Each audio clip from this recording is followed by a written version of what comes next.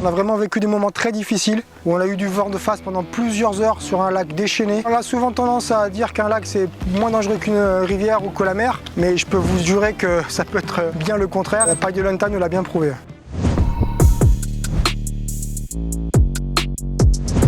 Alors cette expédition, elle a germé il y a maintenant plusieurs années et là ça s'est vraiment concrétisé avec cet effet Covid tout simplement. L'équipe s'est réunie au fur et à mesure gentiment et on a créé une Dream Team. C'est vraiment à l'origine le projet de Julien. C'est lui qui voulait partir à Pagliolanta. Au début j'étais un peu sceptique et du moment où il m'a montré la carte, j'ai vu qu'il y avait de l'eau partout, plus de raison de ne pas y aller. C'est le moment où est arrivé Dacia. Le Duster nous a vraiment rendu service en ce qui concerne les navettes pour nous amener au débarquement ou nous ramener de la fin de la rivière. On a presque plus de 8000 km parcourus, plusieurs centaines de kilomètres de pistes ici en Suède et le Duster a largement rempli son contrat.